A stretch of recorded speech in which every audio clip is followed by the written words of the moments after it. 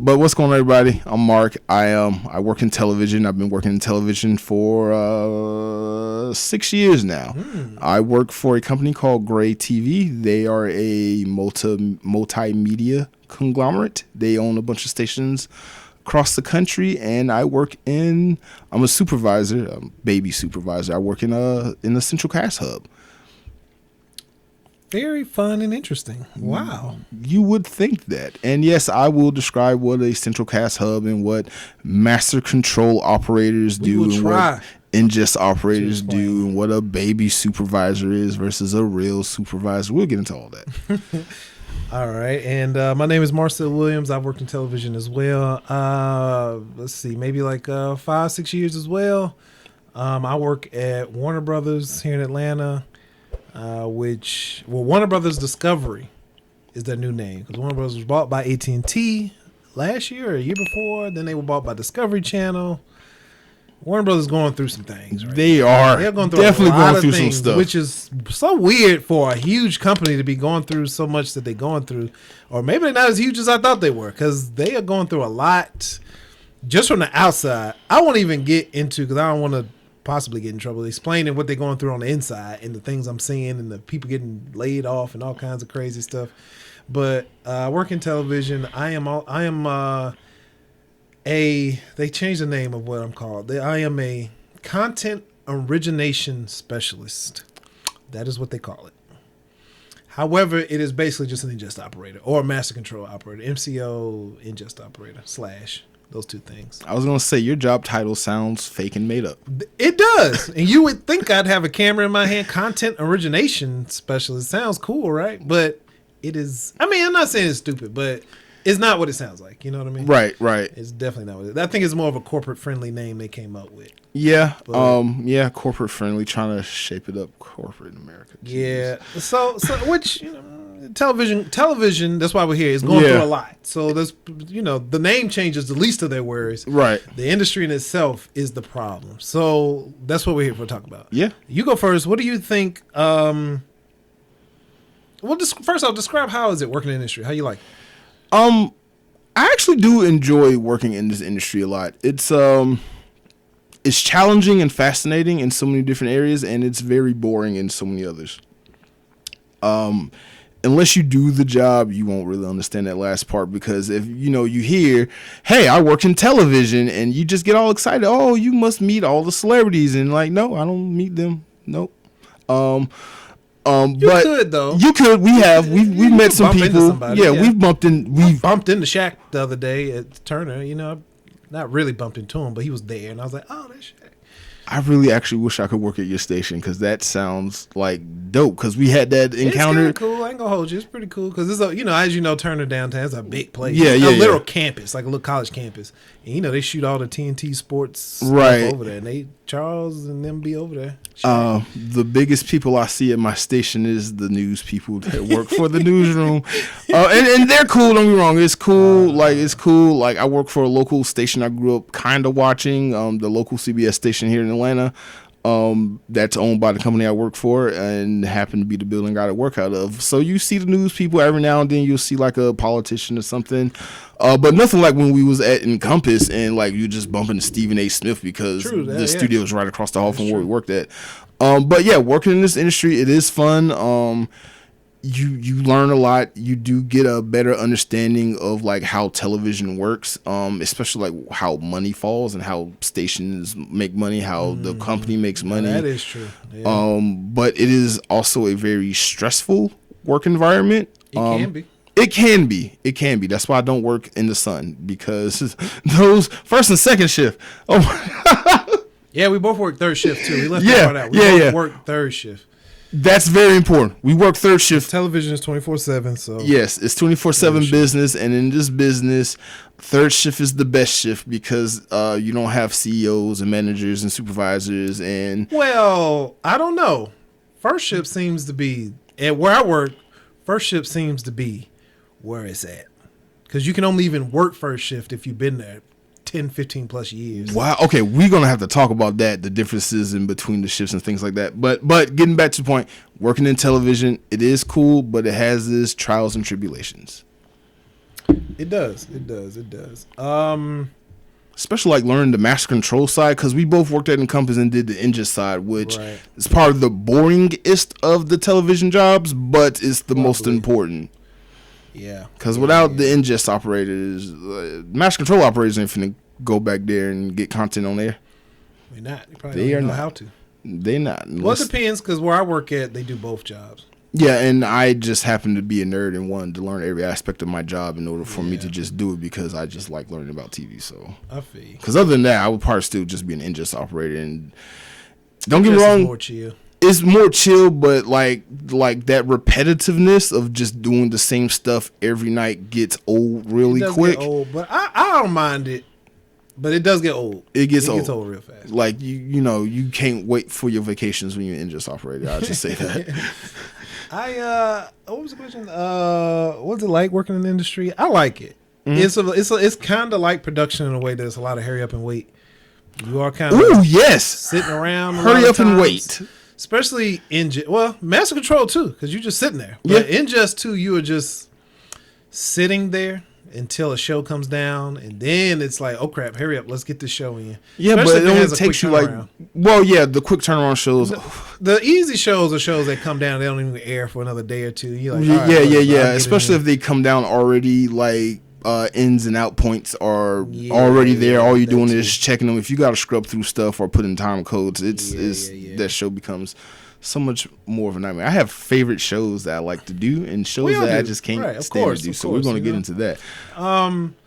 But yeah, I like it. You know, it's a lot of hurry up and wait. Because I know for my job in particular, I work, like I said, at Warner Bros. Discovery, Turner, and it's a lot of hurry up and wait. It's a lot of downtime for me personally, but I only do the feed section. You know, I only do feeds, so if it's not a show coming down, you do have a lot. And I've noticed that with Encompass too, it was a lot of downtime. You really just kind of wait until a show come down. You know, you're waiting until a show gets fed to you before you have to do really much. Or that's how it's supposed to be, but Encompass, we were so behind, it was just always something to do once we came in. Even overnight, even on a Saturday, Sunday, it was always something to do. There. Yeah, that too. But like now, like where I'm at now, I was like, oh my God, I don't like nothing's on fire Ingest wise, and I just got to sit here and wait and twiddle my thumbs because I can't do anything until the show comes in. So I'm literally sitting there for like the first hour of my shift. I had to be on time, and now I'm just sitting there on TikTok. No, I feel you. No, it's likewise. It's the same here. I be feeling bad sometimes. The supervisor come in, and I got nothing to really do sometimes. Or like you finish your shift, you finish all your work, and you got like an hour and a half left on the clock, and then first shift come in, and it's like, oh, are you done for the day? Yep, but I'm hourly, so yeah, right. Here we are. You need some help? You need some coffee or something? That is true. So okay, let's describe what we do. Yeah. So since you mostly do Ingest and I mostly do master control and supervisor, so what is an Ingest operator? You think I have a good way of explaining this? I knew we was even going to be talking about it, and I still don't have and I've explained this to so many people what an Ingest operator is. But it's hard to explain only because sometimes some of the stuff is a little technical. Right. If you don't know the technical side, it can be a little difficult to explain. But an Ingest operator, so first off, it's two sides to working most television stuff. It's actually three sides. I'm going to get into it when I do my spiel. I'll get into it. And every company's kind of structured a little differently, right? So, but from what I've seen in my experience, in most parts, especially if you're a beginner, it's either Ingest operation or master control. Some places you'll do both, but depending on if it's a bigger company, they'll probably separate it. But I do a lot of Ingest and a little bit of master control. But Ingest operation is, so shows come into the studio. They come into you, right? They come into the place from like a satellite or from a studio or from somewhere outside, wherever the case may be. The feeds come in. And what my job as an Ingest operator is to do is to ingest. So the word, you can look up the word ingest. It literally means to like take in. Right? So the shows coming in, you ingest them through the computer. You like set up the right routing. Like say they're sending, so for example, where I work, Turner, say they're sending it from studio feed 29 to you. You set up studio feed 29 and you set up they call them the encoders, and you have it routed correctly. You save it, and they give you like these CID house numbers for the file. There's a lot of moving parts in television. Like, you may think you're doing something, but it's, think you're the only person involved, but it's a bunch of people involved. So anyway, you ingest that show and record the entire show. Sometimes they just send it to you in segments. Segments for a show are like the parts of a show between the commercials. So like you watch Family Guy, it may be 3 or 4 segments to it, 3 or 4 parts. Mm-hmm. You know what I mean? So, and the commercial are called breaks. They're called something else, aren't they? The commercials? They're barters, they're breaks, they're whatever. They In credit. So, it literally depends on what section of the show that it falls on. Right. So doing that, and then once they're ingested, you check the ins and outs. You check the ins and outs. You kind of edit the show in a way. It's not really like Adobe Premiere editing, like creatively. It's just literally like kind of going in and out. The in and outs points for like editing. So like this is where the video should start, because they'll send it down to you with slate and bars and tone and all that stuff. Your end should be after that. So you cut all that out, and then you go to the end when it fades to black, and that's your out. And then you from there just kind of send it to where it needs to go. And that's what ingesting kind of basically is, I like to describe ingest as watching download. I mean, because it's like my favorite part of doing ingest is like sitting there in Vantage and like, it's at 10%. You remember like LimeWire and Napster and all that stuff? Yeah, it's a lot of that. It's a lot of that. Yeah, watching progress bar. Yeah, watching progress bars. A lot of syndicated shows. A lot of court shows. A lot of early daytime stuff. The View, Sherry Shepherd, all that stuff. Mm-hmm. Stuff you probably wouldn't primarily watch anyway. But no, you are. Somebody watching it. Somebody watching it. Like me personally, like I like specific syndicated shows like Modern Family, Young Sheldon. When that stuff comes down, I'm on it. Because I'll just sit there and watch it, and pretend like I'm working on really watching it. But that's just me personally. That's most people. They got their favorite show. They actually watch it come down. You're ingesting it. Yeah. Other shows you just kind of let it go. And like news replays, hate doing those because you got to scrub through them. Court shows, they just boring and like the same thing over and over again. Especially like Paternity Court, hate doing that. Judge Judy maybe. But yeah, if you're an ingest operator, you'll find your ebb and flow and you'll get into your routine. It's pretty much wash, rinse, repeat, be a robot. All you're doing is just making sure that you're basically just doing quality control. Oh, and that's another part of ingest, right? Quality control. So sometimes it's kind of a cool little cushy job because sometimes you just quality control. Watch this movie. Make sure it's not cutting out in the audio. And that'd be your job for the night. You're getting paid to watch. Like I said, I work at HBO. Hey, go watch the new Aquaman and make sure it doesn't have. Are they hiring? I don't know. I shouldn't have asked that on live on this. I'm sorry. Hey, man, I was like, the new Willy Wonka movie, it was a good movie. And I got to see it before it came out. I get to see I watch Curb Your Enthusiasm. I get to see all the new episodes. I'm like, yeah, just QC that. And that's what you do for the night because we don't have anything else for you to do. And I'm like, sure.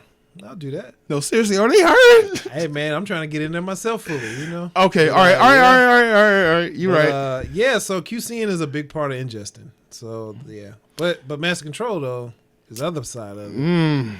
Master control is another side of it. So what a master control operator is, they essentially watch multiple channels or a channel, depending on how it's set up, and they monitor what is called a playlist. A playlist is basically what you think it is. It's a playlist. It plays out everything in sequential order of how it's supposed to air according to the timing by the logs that we get from traffic, which is another part that we'll get into that. Yeah. That's why I said that it's more than 2 parts. But so they sit there, they monitor the playlist, and master control operators run live events, which is probably the bigger part of their job, especially if they work first or second shift. At my place. Department where I'm at. Oh, okay. I mean, master control, but they are a different team. They get paid more and everything. Yeah, to run like a live event.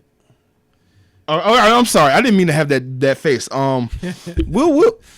gonna have a conversation after this. But yeah, at your job, that's what they do. At my job, they run live events. They monitor syndicated television, breaking news, anything like that. Mainly make sure stuff plays out the way it's supposed to play out.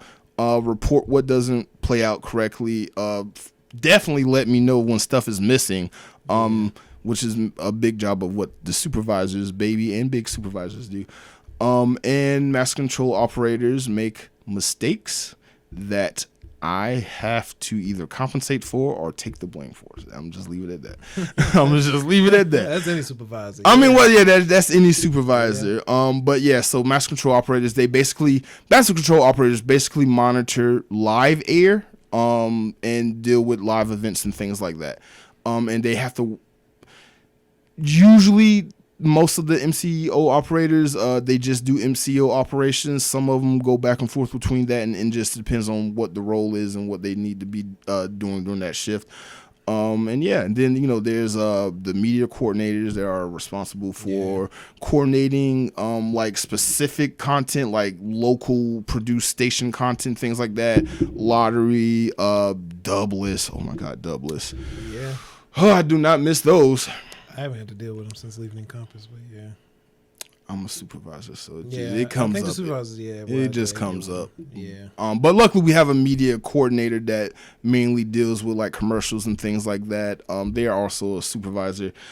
And I keep saying supervisor. So I am not an Ingest operator, nor am I a master control operator. I am essentially both. I am a supervisor, an associate supervisor. I'm one of... Cool.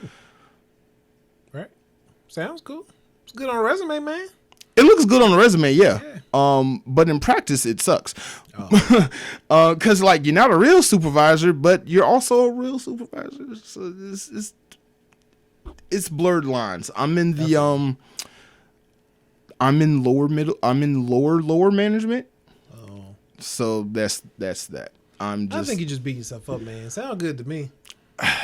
You would think that. But no, I mean I'm just kind of working through my own personal issues with my job, but it is good. I do like what I do. I do learn a lot. Yeah. But as a supervisor on any job, you are responsible for your team. You gotta check behind them, do things like that.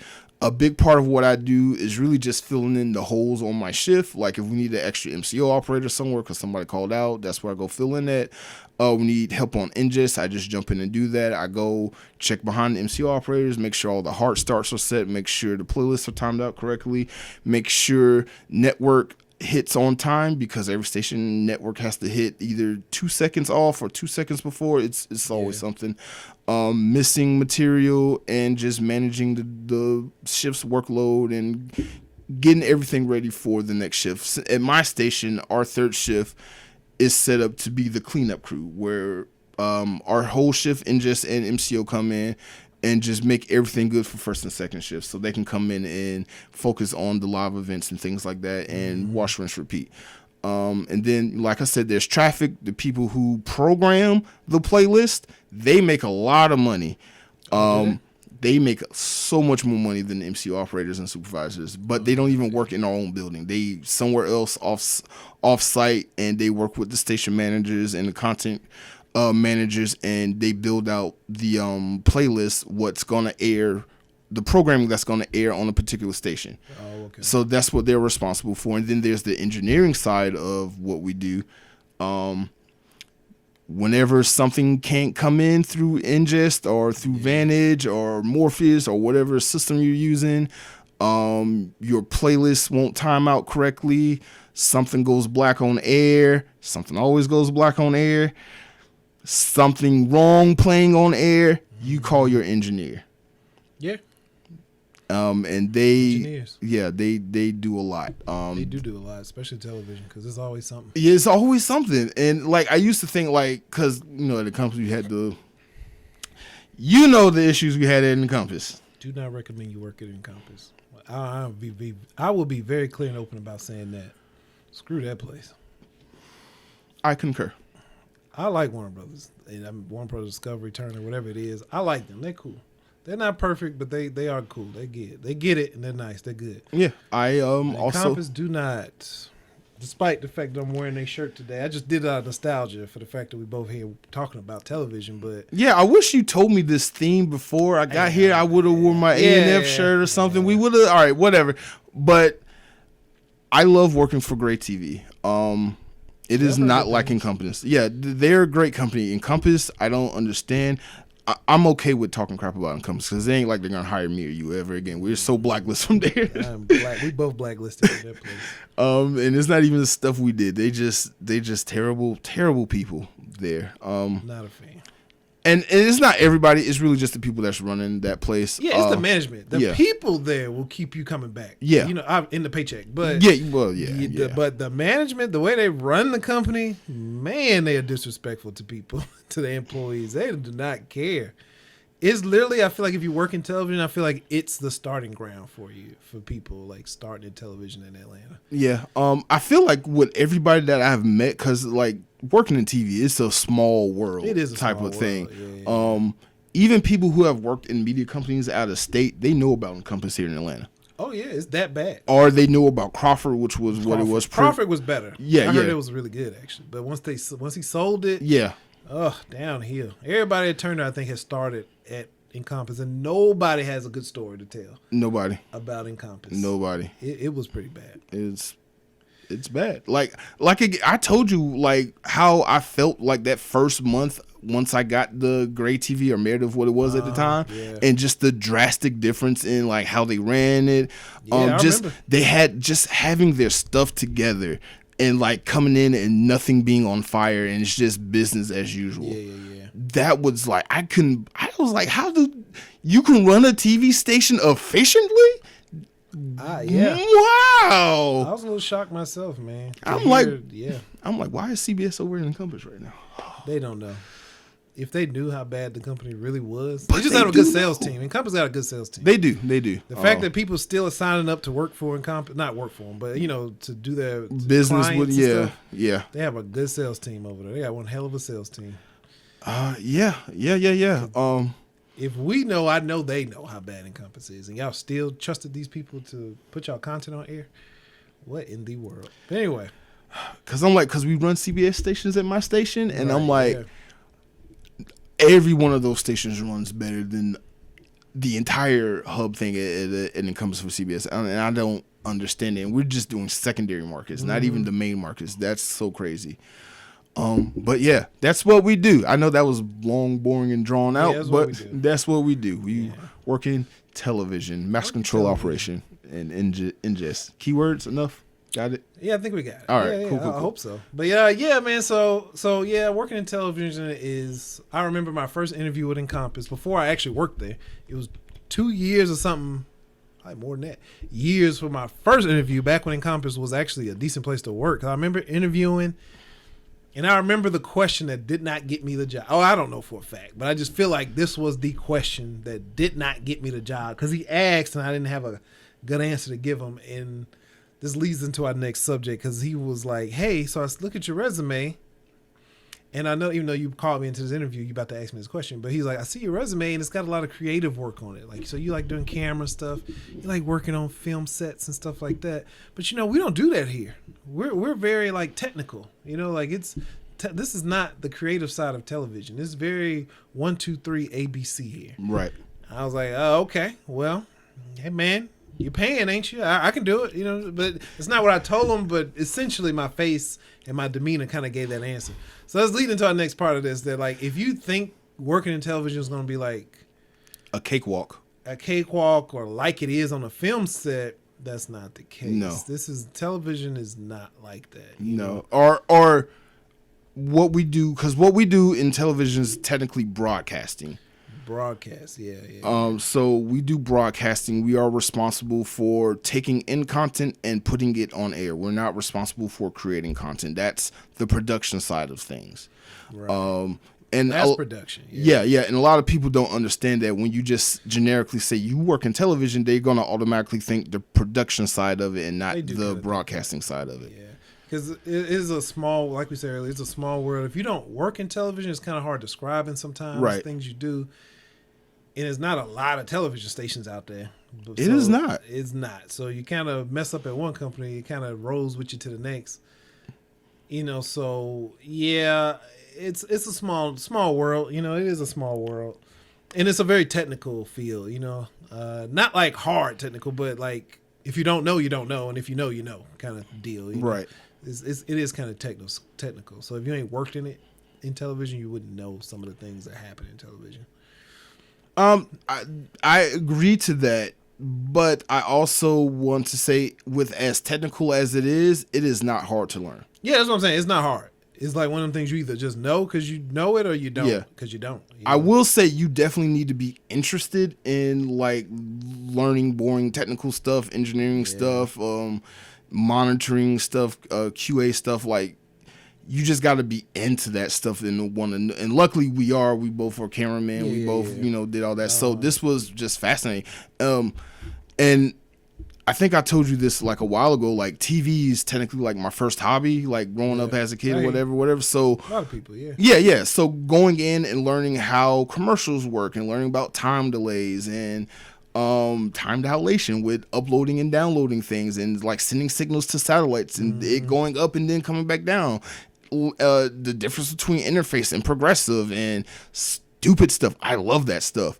I love learning that stuff. I love learning like why there's the 7-second delay, why, how live capturing works. That's something fascinating that I learned about. Just like I worked at a news station. So at Encompass, we didn't have to deal with news until like the whole Dallas stuff or whatever. But here I got to deal with news a lot and every day and for multiple stations. So it's fascinating to see like how each news station sets up their newscast. They all set it up the same way, but like when they do off-camera stuff, but they're still on camera and we can see it from the feed, that stuff be funny sometimes. Like they be having me crack up. Oh yeah, I feel you. Right. Yeah. Like they getting ready and they making their little jokes and being all buddy. That stuff be funny. Then you got cut out. They're all boring news anchors at that point. They turn it on. Yeah, live events. Watching people mess up on live events is hilarious to me. Especially like other stations when you got to monitor other stations. But like even running like basketball games, that is hectic. Like we do Hawks games and stuff. Yeah, that's what I like. My job. That's a lot of what we do. Yeah, the NBA games because TNT. Yeah. So like some of them. Yeah. It sounds like a command. When I'm at work, again, I kind of stick to what I have to do. Right. But on the other side, I hear them, and it sounds like a little command center. You got your little puck, your audio puck going, and the director's on there, yelling at people and stuff. Get the shot, getting cussed out at, and then they're yelling at you. Roll the motherfucker break. Do it now. And I'm like, but which headset am I talking into? I got 3 on for some reason. It'd be crazy. It's hectic. I do not want to work first or second shift at my company because of the amount of volume that they do. But it sounds like at your job, it's structured differently with with what y'all do. And I get it, 2 different companies. We work on 2 different things. So, like I mentioned, my shift, we're the cleanup crew. We get everything together for first and second shift. Sounds about same. And we do majority of the ingest overnight. We do a lot of the cleaning up and things like that, so that way first and second shift can run the live news records, and then like anything in the afternoon is always going to be sports, especially second shift. They come in at 3:00, they leave at 11, nothing but sports from beginning to end. I do not envy them at all with what they got to do, because that's probably the hardest part of what they do, is just running live sports and making sure breaks hit on time and triggers fire on time. Live is tough. Yeah, live is tough. Mess up you cannot mess up. It's live, and it's a lot of money on the line. If you mess up commercials, if you cut feed early, your job will be on the line. I've literally seen people get let go in the middle of running. In the middle of it? And literally running because they messed up. No, I feel you, but they messed up. But like, come on, like it's a playoff NFL game, and you miss a break. That's already $13,000. Just one 15-second commercial gone. And then the next week, same thing, but it's a 30-second commercial. That's your salary. That commercial was your salary. That commercial's I'm dating this interview, but like NBA playoffs are about to start, right? And they're telling me, because this is my first basketball season working here, but they're telling me it's about to be bananas, Marcel, because the NBA playoffs, there's gonna be so many games going on. They got to do the press conference, post press conference, they got to do pregame show.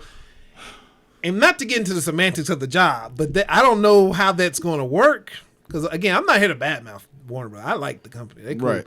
But any business, any company, they got things to work out, and I don't know how they're going to do that. So there are so many workstations. Let's just say there are more games than there are workstations. So, and I think that's and there are going to be more games than people to run them. And that. So I feel like that's just a running thing of most jobs. Yeah. Most businesses, they trying to cut corners with making the most profit. But right. At some point, it catches up to you. So we're about to see what happens with that. It's gonna get crazy during the NBA playoffs. I agree. Like we, I know y'all don't do NFL stuff, but we just got out of the NFL season. Super Bowl was like such a big ticket item for us. Bet. Yeah. Especially since it was on CBS this year. It was on all main CBS stations. We got 6 CBS stations. Damn. It was a lot. It was like 20 people running those games in one pod. It was insane. But we succeeded and made the company a lot of money by not messing up that game. And then we had the Grammys, we had the Oscars. You remember? Ooh, I can't talk about this. All right, you remember the issue with the Grammys last year? What happened with the Grammys last year? In 2023, when they aired the hip hop section in Atlanta. Oh yeah. I know who did it. Oh, really? Yeah, they work it. I'm gonna just leave it at that. But poor person. I'm gonna tell you out of camp. No, I can't tell you. All right. But we were responsible for running the Grammys that year. And that happened, and it only happened in the Atlanta market. And the backlash from that, they're still talking about that still to this day. They will randomly bring it up on Frank Ski morning show or something like that. They'll randomly bring it up, especially when the Grammys came back around this year. That's all they was talking about. Yeah, I bet. Yeah. I like I said, I've seen people literally get fired on the spot. You remember what was that happened at Encompass? Somebody messed up Judge Judy. I did. Yeah, I remember because I did it. Yeah.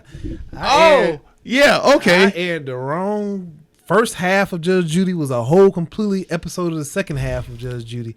It was trending on Twitter or something at the time. Like, it was such a big deal. People were like, what just happened to the show? I didn't get fired, though. What in the world? I'm so surprised you get fired. Yeah, people got fired for less. Yeah, I got fired for less. How did I not get fired? I don't. Man, somebody was looking out for me. Shout out to who that person was. You know who them people names I do know. was. Thank you. You need to go text both of them right now and be like, thank you. I probably do, because man, that's probably why I didn't get fired. All right, so let's just kind of segue into that. All right, so I know this isn't on your list, but this is something interesting to talk about, the mistakes that we have made in working in television. I'm not going to talk about the mistakes I've made at the current company, because I currently work there and I would like to continue currently working there. So I'm going to talk about the Encompass stuff. Let's talk about that stuff. All right. Yes. You remember that one time you messed up all the kid shows and they was like, that's $35,000 worth of stuff that I messed up all the kid shows? Well, we all at some point messed up all the kid shows, but this was back when we were still shadowing, so it was like no harm, no foul. Because even though we messed up on our end, they still aired out. Right. I remember that part, but I don't remember messing up all the kids shows. They were so high profile that, it was so long ago though, especially at the Shadow. That's the beginning. So that was the beginning. Literally like 4 years ago or something. So I don't remember that. Because after you messed up, I messed up on them and almost got canned for that. But I got lucky because it was the end of us shadowing and we had a backup anyway. So it all worked out. But then that one dude tried to throw me under the bus when CBS called Marc Leary, who's an ninja. I remember, oh my God, if I ever see that. I don't remember all this. Dang. My memory, though. I know you do. I know you do. Hopping on the past. But do not mess up in TV. Do not mess up in TV. TV is like, television is the hardest, not the hardest. It's the most stressful profession outside of brain surgery, rocket scientist, president of the United States. It's crazy you don't get paid that great. You know what I mean? The pay is okay. You don't be living, but you ain't making doctor pay. You know what I mean? For all the stress you're going through, you have to love this job. You have to actually kind of like this and care. Yeah, this is definitely a passion of labor of love here. Yeah, because they say it a lot. It's like a saying. They be like, we ain't saving lives in television. It's just television. We're not saving lives. But it's a sarcastic comment. Yeah. Because technically we kind of are. Everybody's watching TV. So Right. you mess it up, that's your ass. They're going to notice. They will get on Twitter and roast you. They will. And just be calling the station, literally calling the very hub we work at. What happened to Judge Judy? And I was like, dang. I thought it was the other dude. That's why I brought it up, because I didn't think it was you. I thought it was the other guy. I don't remember that, man. Okay. Oh, Judge Judy. Yeah, that was me. My bad. Yeah, I'm thinking kid shows. Yeah, Judge Judy was definitely me. I remember that. I remember it being such a big deal, but I was just kind of nonchalant. But I was like, yeah, whatever. But it was a big deal. It was a huge deal. I didn't realize how big it was till I got called to the office and all this and that, and everybody was like whispering about me. Like, I'm finna get fired. Yeah. I'm like, I'm finna get fired. Yes. I was like, oh man, wait, what? You was about to get fired. I don't know why I didn't take it was like, seriously. man, Marcel, like we was literally sitting there like, why aren't you taking this so seriously? You just don't care. Nobody watching no Judge Judy, but apparently they are.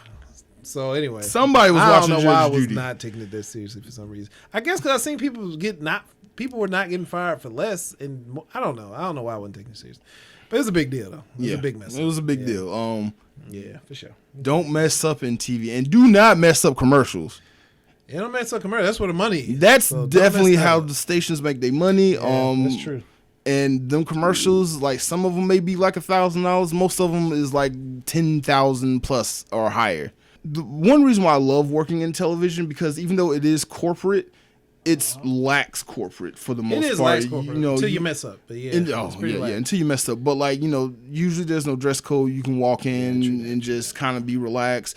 Ain't nobody expecting you to be dressed to 9s and 10s, because you're sitting down in a cold room because you're working around a bunch of computer equipment for long shifts, 8, 9, 10, 11, 12 hours at times. Man, that's a plus for me. That's a plus. No. I feel a 10-hour shift 4 days a week is cool. I like 3 days. No. I actually want my company to go to 10-4s. I made that suggestion. I work 5/8s. 5/8s, yeah. Because that extra day of gas in Atlanta traffic ain't worth it, man. It is an extra day of driving. That alone is worth taking that. Yeah. Yeah, that alone. And then like because of Encompass, I'm so used to working 410s. So like I still don't take breaks. I still just come in, work, and then I'm like, damn, like 8 hours flew by already. I feel yeah. True that. Yeah. But then on that last day, I'm like, I could have been done with this. Right. Yesterday. Exactly. Why am I here for a 5th day in a row? On a Sunday, and Ingest. Oh my God, Sunday is my Ingest day. Oh yeah, I got Ingest days. Huh? Okay. Well, not for you. I think it's the same here. It's just because like people gotta have off days, because otherwise it would just be your homeboy. Yeah, it would be our mutual homeboy. He would just be the only Ingest operator we have overnight we can get him to work 7 days a week. But he gotta have 2 off days.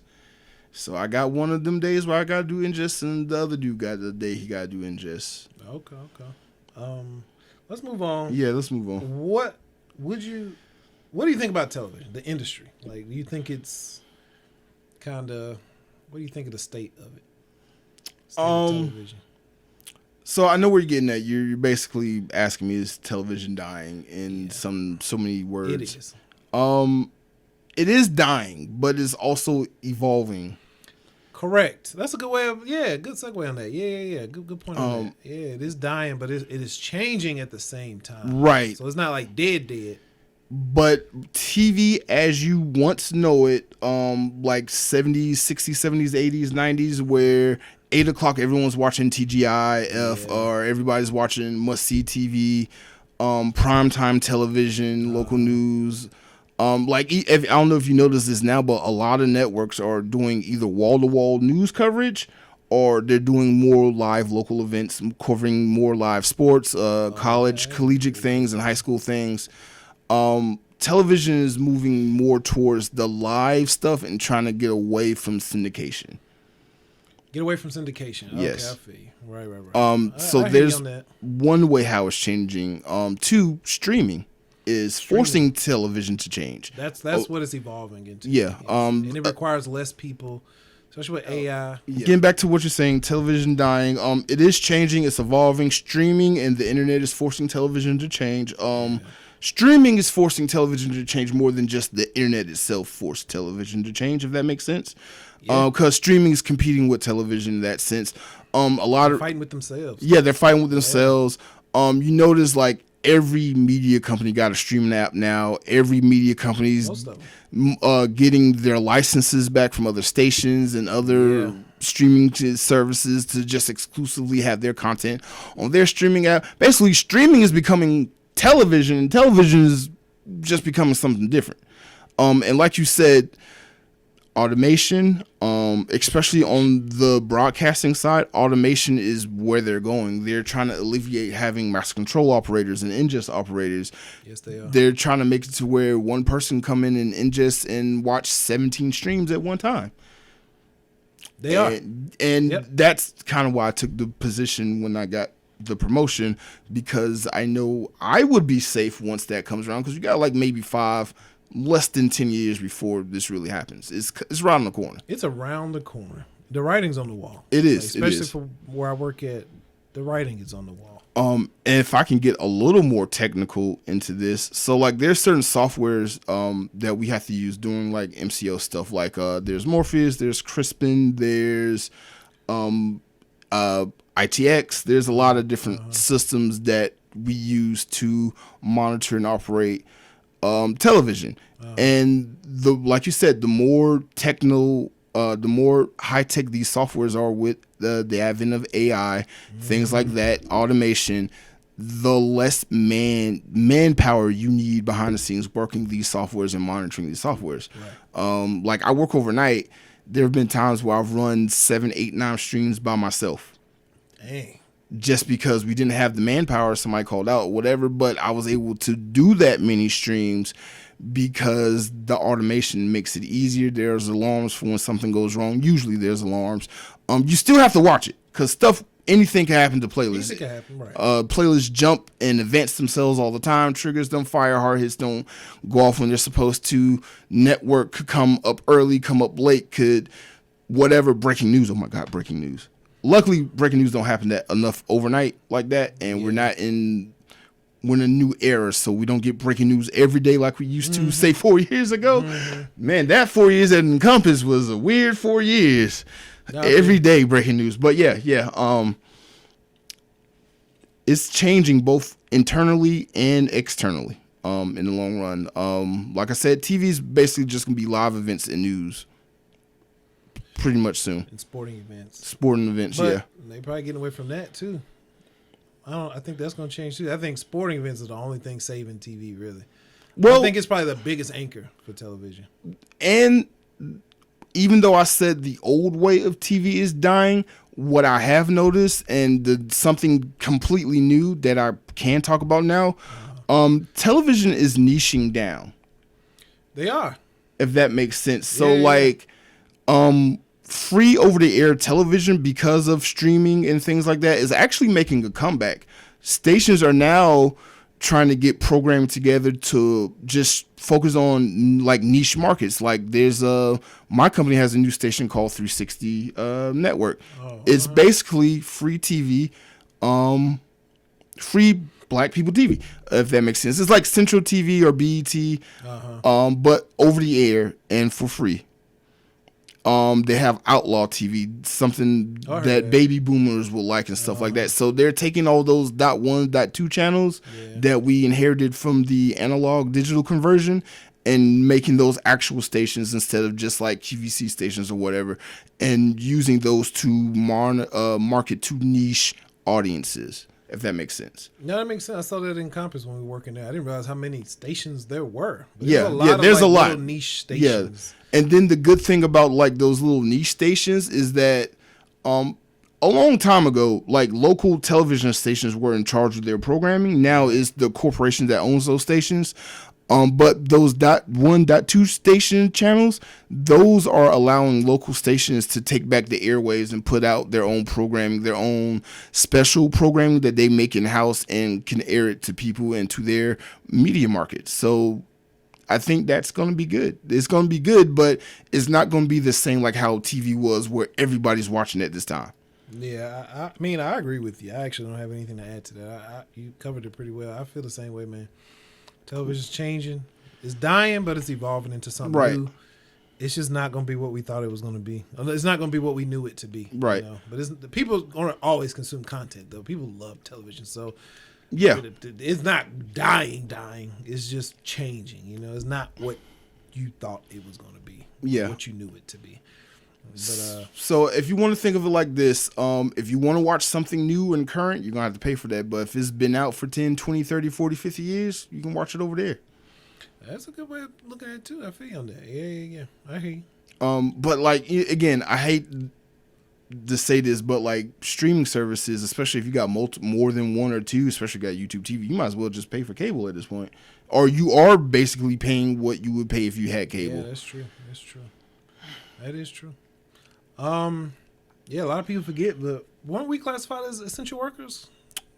Or were we not? I mean, no, we were, but where was that essential money at? Classified. No, we were essential workers. But we weren't like getting essential worker pay and the benefits. You know, we wasn't at the grocery store.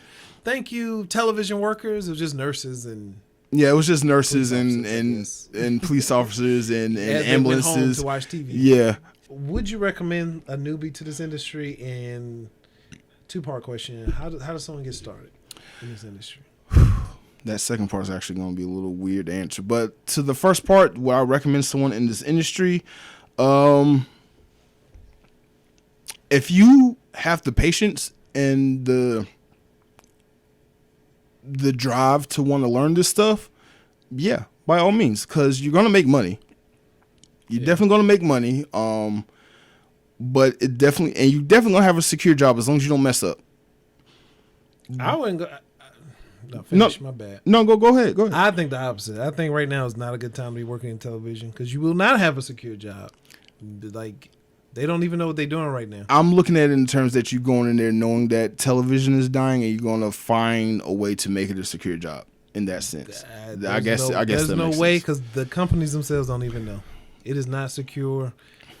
I would wait it 5 years, give it 5 years, then jump back into television. If you ain't already in it, I would not recommend. But no, I say get in it now because the other thing that companies are doing is they're letting go their more experienced staff and hiring younger people and paying them less. I know for a fact, yeah. But yeah. plus, that's the thing. That's how we got in. Yeah, that's how we in there. But that's the thing at Turner, man. They've always fired older people that's been working there for so long, Because they want to turn around profit, maximize their profits. Right. So the best way to do that, you've been working here 20, 30 years. Cool, see you. Let's hire somebody else. We'll teach them how to maintain to get through their shift, and we'll deal with the rest. And for that reason alone, I would not recommend working in this industry. Not to say it's not a good, fun industry, a cool industry. If you can get in there, if somebody offered you the job, take it. But I wouldn't go to college.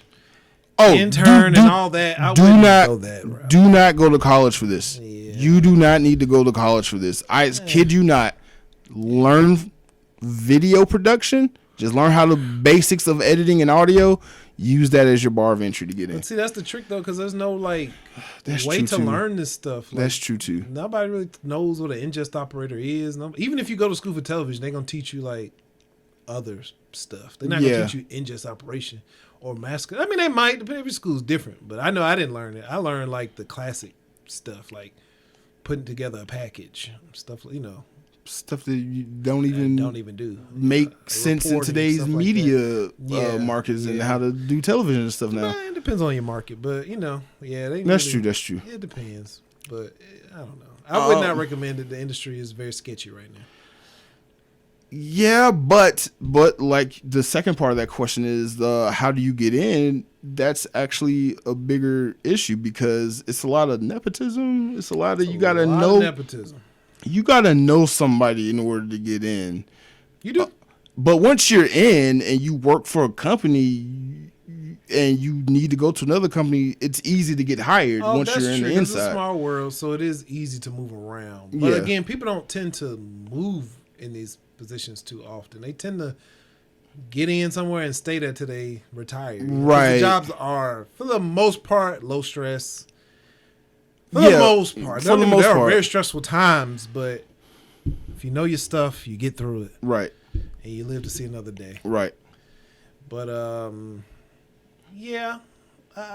mean, but to answer your question, how do you get into the industry? like you say, probably going a different path and just kind of hope. I don't know. I hate to give a crappy answer, but I didn't like go to school just to work. I never thought I'd be working in this industry. Me neither. I didn't think that. I didn't go to school just for this. They did teach me some television stuff in school, but I was there for like, I guess it was a multimedia degree, so it was kind of part of it.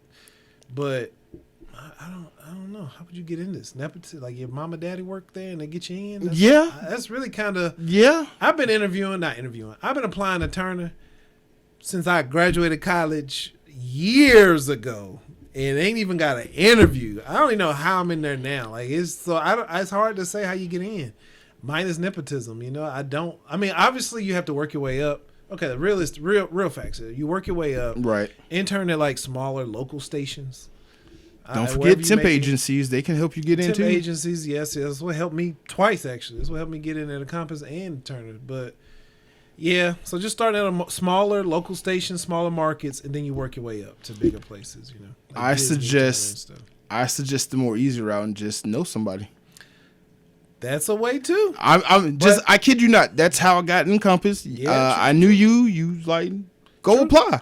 Go apply. Yeah. You might get the job. Go apply. And I was like, I'm not going to get it. I've never worked. And he was like, go apply. And I applied and I got the job.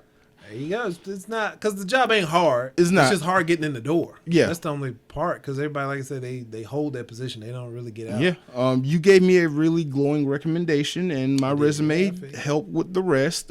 She told me like, hey, your buddy got you the interview, but... She told you that? Yeah. She told me, you got me the interview, but my resume and my charisma got me the job. Oh, okay. So that worked. And then where I'm at now, I didn't really know the person who I knew didn't work there, but they just put in a good word for me because they knew the person who was in charge of hiring. And that person hired me. Then that person got canned. And then they just kept me. So I was like, all right, and then I got promoted. I was like, how? I literally just come in and do my job and go home. I was like, yep, here's a promotion. I was like, I feel like I'm going to regret this. I feel like that's underrated. Like just doing your job.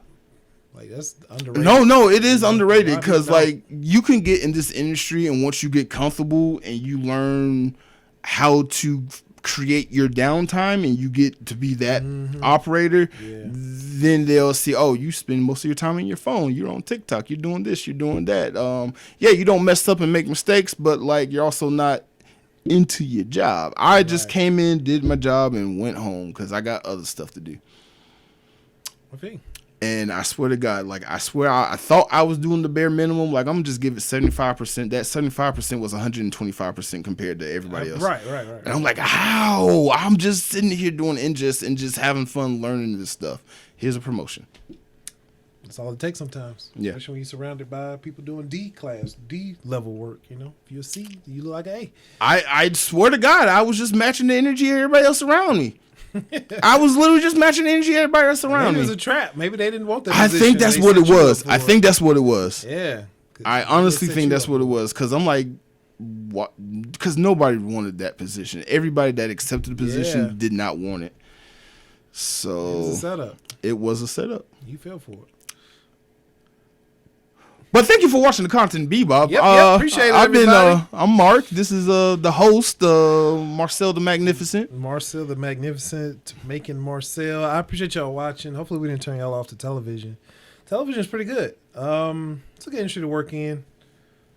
All right, be real with me before we end. What is your favorite part of working in television?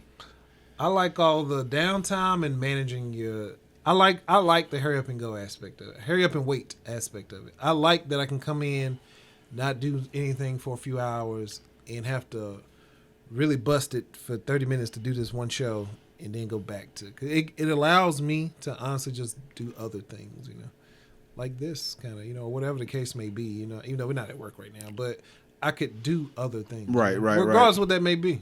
I could edit something. I could be on my phone, whatever. Right. As long as I know my stuff and do what I'm supposed to do. I like the downtime of it. That was my favorite part until that no longer became a part of my job. Because I'm too busy to do anything downtime wise, even being my phone. For me, I just like making TV look like TV. Like I just get a sense of satisfaction of knowing that my shift ended, nothing went to black, everything aired correctly. Nothing's missing. Like that is something stupid, but I mean, you just like what you do. Yeah, There's nothing wrong with that. That's a good thing. Okay, because I felt bad for like just liking my job and doing what I do. There's nothing wrong with liking your job. That's the goal in life. One of the goals to enjoy what you do every day. Okay, I do want to say that because we've talked about this a lot, like getting to a point to where you have a job that you just enjoy doing. Yeah. We've talked about this a lot, even prior to us working in television. And I do genuinely just enjoy what I do. I'm not stocking groceries. I'm not hurting my back. Well, that's a different story. But like, I'm not doing like manual labor like I used to. You know, I used to be miserable stocking groceries, being a cashier. Same thing with you. You worked those jobs before. I have, yeah. Not fun. Even as the entrepreneur, like you have highs and lows in your business, and there are gonna be times where you're in a low part of your business and you're gonna need some extra income, and just having a night job you can go to. Like, all right, I don't have anything to do when I get home, but that's cool because rent's still getting paid. I ain't gotta worry about it. I can like relax. Like being able, I kid you not, being able to not have to worry about like bills, rent, that freed me up so much mentally. Yeah, I feel you. To just want to like, okay, I don't have to worry about this stuff. Now I can worry about my website. I can worry about getting new clients. I can worry about this and that. Like me working in television made it easier for me to do my business because I don't have to worry about every gig I get is a hustle. Every gig I get is $1 towards this and that. Yeah. I don't have to worry about that. Now it's just extra money. I feel you. That's honestly one of the reasons we talked about it, I think, earlier. Yeah. It was the reason I wanted another 9 to 5 because it was kind of stressful. Plus, just all the personal stuff. It was just stressful. No, and I get that. So, and, you know, again, I know a lot of what you was going through personally behind the scenes, and I know how you feel personally about working 9 to 5. But for me, in my business, I do see it differently. That's what I was saying. Like, you were so toxic and Encompass because I was listening to you. Yeah. But, like, for me, I should have stayed in my lane. I'm not so busy to where I can't work a 9 to 5, and you know I need the money. So like, why not? It's a good fit, you know, especially in Encompass. Because like, what did I do at Encompass? I came in and I QC'd shows. You and everybody else, y'all trimmed them. Me and the other dude, we just came in and QC, meaning we just came in, picked whatever shows we wanted to watch, and just watch it 100%, and then go home. That's all we did for 3 years. On the surface. On the surface, that's what we did for 3 years. No, I agree, man. Look, man, pick your own lane and be happy. Yeah, you know, like the jobs make things simpler, makes it easier. Like I said, I wanted something I could come to, turn my brain off, and just kind of do my job. And this allows me to do that. That's why I'm in a good place. I'm happier. You know, like it's inconvenient that I got to go there. But you're not gonna get paid to do nothing. So yeah. Oh yeah. You know, so I mean, you gotta do something that keeps you on your toes, keeps you accountable. So, and this is what I need right now in this very moment, time and space for me. A job is pretty cool, and I couldn't ask for a better one. This is pretty. Well, I could, but you know what I mean. It's a pretty working in television. It's pretty cushy. You know, it's pretty good. Yeah, because I worked way harder for less money. So yeah, and that's what That's why I mean. I ain't calling nobody out, but I be at work and they be complaining about little things. I'm like, at the end of the day, just click the button. Like, just click. You know, don't get me wrong. I'm not saying it's not stressful, but y'all clearly have not worked. Don't be a supervisor. Oh, I will not. Because the first part of your job of being a supervisor is hearing everybody else complain. You're just a psychiatrist, really. Counselor for everybody. And I'm not really interested in that. I am not either, but like, why is this log not? It's at 6 a.m. and not 7 a.m. I'm like, oh my God, if you don't just throw that one piece of paper away, because I swear to God, if you come in on my shift and see 7 a.m. on the log when it's supposed to be 11 p.m. and 16 hours of log you got to go through, stop it. Stop it. Stop it. Stop complaining. It's not that hard job. It's not a hard job. It's only hard if you make it hard, and it's only hard if you want to want it to be hard. I think a lot of people want things to be harder than they are. Yeah. People don't have. Some people, especially in the industry, don't have awareness of just life, how hard it could be. Yeah. Like, we sit in an air conditioned room in an office. I mean, I don't know about great TV, but our place is a place you can go to eat. There's a 24/7 cafeteria. They cooking food. We don't have it like that. All right, well. Turner got it, and it's very nice, and it's very affordable too. It's not even like expensive. You get a hamburger and fries for like $6-7. It's not bad. So, and it's good. It ain't like some warmed up bull crap like in a microwave. It's actually a chef back there cooking it. The burger, you can watch him cooking it. It's good. So anyway, it's a cushy job, and it's not cushy, but it could be a lot harder. You know what I mean? Yeah, and it could be harder. Is what you make it. Enjoy it. You know, if you can get the opportunity to work in television, do it. It's not bad. It's pretty good. Pretty good. If you can, but I wouldn't pursue it. But if you can get the opportunity, go for it. Yes. Pursuing it, I would not recommend. The industry is in a scary place. Next episode will be both unemployed and changing career paths. But no, I think I'm good. I think I'm the one that will keep for the automation stuff. You might be a SOL out of it. I don't know. We'll see. We will see. I don't know. I could not call it at all. I don't know what's going to happen next month. Unless you want to learn like some MCL stuff to make yourself more valuable to your company. Nope. Not interested. I mean, I don't know. It's all, off camera, I'm in an interesting place with this job. So I'm kind of seeing where they take it and everything. Okay. You know what I mean? And that's on an even bigger picture because I'm not here to badmouth or talk politics about the job or anything. Right. I'm just overall saying it's pretty cool. But there's a lot of behind the scenes stuff that's the reason why I'm like, I don't know, y'all. Maybe if you're debating on getting in television or getting an accounting degree, go the other direction. Go somewhere else. I wouldn't recommend trying to get into television. It's just kind of sketchy right now. Okay, I got you. Yeah. Any lasting lingering thoughts? What was the purpose of this? Just to talk about our careers? Television, just to talk about the state of television. Just seeing where it's at, man. Because I know a lot of people probably are interested in working in television. Because it's a mystery. It's a mystery industry. They don't. Like unless you work in it, you don't really know. Most people don't know how television works. Yeah. Like they think it's you press a button and things just look magically delicious on television. It's not like how it works. There's a lot of people, a lot of moving parts, a lot of different departments. I do think it's overly complicated. Or from a business television. I agree. It could be more simplified. Overly complicated. But that's one reason why it's so expensive. Because I got 10 people doing something that 2 people could be doing. I think, but and not even in like a work people harder way. But our jobs are kind of like we just talked about. Yeah, they're not that hard.